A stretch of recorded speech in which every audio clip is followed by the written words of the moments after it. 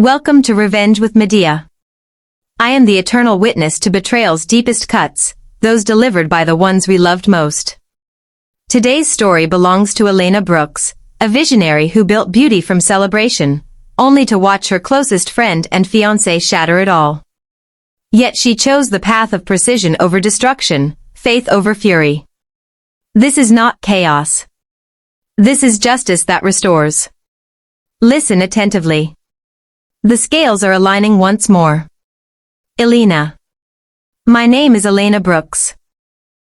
For 12 years, I grew Brooks and Bliss events from a single backyard wedding in Decatur into Atlanta's premier $42 million luxury wedding and event planning empire. We specialized in faith-infused ceremonies that honored Black love, family legacy, and cultural excellence. Our signature touches, custom gospel choirs, ancestral altars, and community scholarship tie-ins, made every couple feel seen and celebrated. I poured my heart into this work because I believed in love that lasts. My late grandmother, who raised me after my parents passed, always said, "Elena, build what you wish to receive." I took those words seriously. Then came the betrayal that nearly destroyed me. My best friend since college, Layla Reynolds, the woman I trusted with every secret, every vendor list, and every late-night planning session, and my fiancé, Marcus Hale, the man I had planned to marry in the very venue we designed together, conspired behind my back. While I was in New York finalizing a celebrity client contract, they began an affair. Layla used her access to my client database and financial records to quietly redirect major bookings to a new company she registered under her name. Marcus forged my signature on partnership dissolution papers and drained our joint savings account.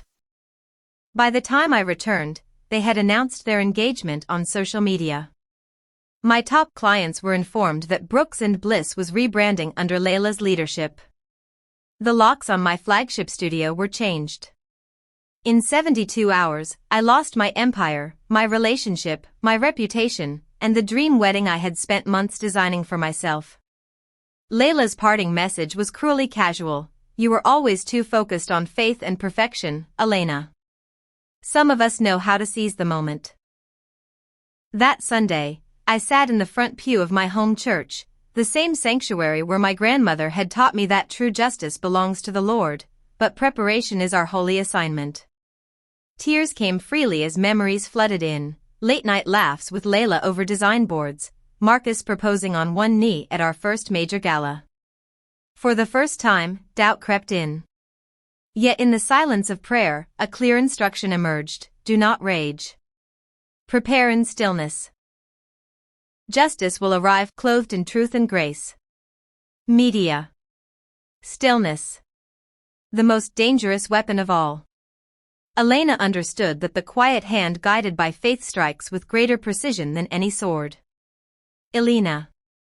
I refused to let bitterness consume me. Instead, I turned to the one constant in my life, Auntie Pearl, the same wise elder who had supported Grace in the previous story and who remains a pillar in our Atlanta community. She arrived at my temporary studio apartment with her signature sweet potato pie, a highlighted Bible open to verses on restoration, and an encrypted hard drive containing years of untouched contracts and correspondence I had archived. "Baby girl," she said with calm authority, "they think your light is dimmed because you carry yourself with dignity. But the enemy always miscalculates a woman who can read both the fine print and the signs from heaven. We will move with strategy, not spectacle. We will gather the righteous allies. And when the hour comes, they will learn that mercy offered is far more powerful than revenge taken." Together, over the following months, we executed a meticulous plan. Phase 1. Financial and legal reconstitution. Through discreet outreach to loyal former staff and church network members, I secured a circle of silent investors, retired event professionals, deacons, and small business owners who had attended my events for years. They acquired minority stakes through protected holding entities, quietly restoring my legal standing. Phase 2. Evidence assembly. Auntie Pearl connected me with a retired federal investigator from our congregation and a digital forensics expert. We recovered time-stamped emails, altered client contracts, bank transfer records, and, most powerful, hidden voice memos Marcus and Layla had recorded during celebratory dinners, openly laughing about taking the church girl's empire.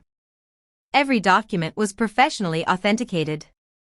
Phase 3. Spiritual and Strategic Patience. I maintained weekly prayer circles, projecting professional composure while strengthening my resolve. Meanwhile, their new venture began to falter, quality declined, clients complained about missing faith elements, and internal tensions surfaced. They scheduled a major industry showcase at the very Atlanta ballroom where my flagship events had been held.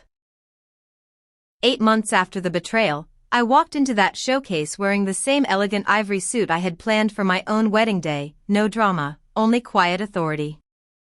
As the largest reinstated shareholder and original founder, I took the stage. I presented the binder of evidence calmly, forged documents, financial trails, and the audio recordings played at measured volume. The room fell silent. Layla's face drained of color. Marcus could barely stand. Their new investors reached for phones, only to discover key legal counsel had already aligned with my network. I spoke without raising my voice. You took what was never yours. You shattered trust built on love and faith.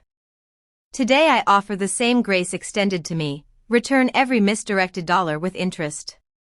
Dissolve the new entity and return all client contracts to Brooks and Bliss. Commit the next 18 months to mentoring at the community scholarship programs you tried to erase. Fulfill these terms, and no criminal charges will follow.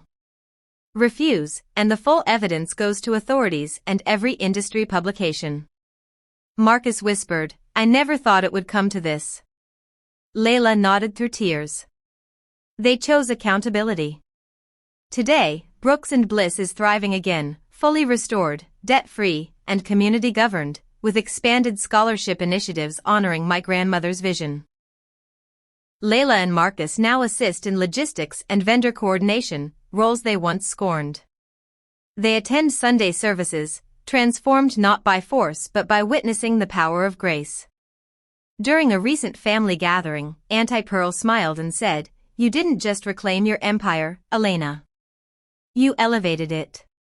You turned their poison into purpose and washed it clean with forgiveness. That is victory that echoes through generations. Medea. Elena did not burn the altar her betrayers had defiled. She rebuilt it stronger and opened its doors wider. She proved that the most profound retribution is the one that compels the guilty to stand in the light of your restored peace. Elena. The greatest triumph was not regaining the business, but preserving my faith and integrity.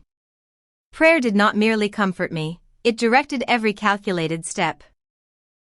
I emerged stronger, and the community we serve is now more resilient because of the trial we overcame. Medea. I am Medea. I honor the ancient fire, yet I hold greater respect for the disciplined hand that rebuilds where others would only destroy. Elena Brooks has shown that betrayal can be answered with truth and mercy in perfect balance. If this story stirred something within you, share your testimony in the comments. Would you have extended the same path to redemption, or chosen a swifter road? Subscribe for the next tale of calculated justice. Share this episode with someone who needs to remember that preparation and faith are unbreakable allies. And remember, true reckoning keeps its own schedule, yet it always arrives. Until the next chapter, this is Revenge with Medea.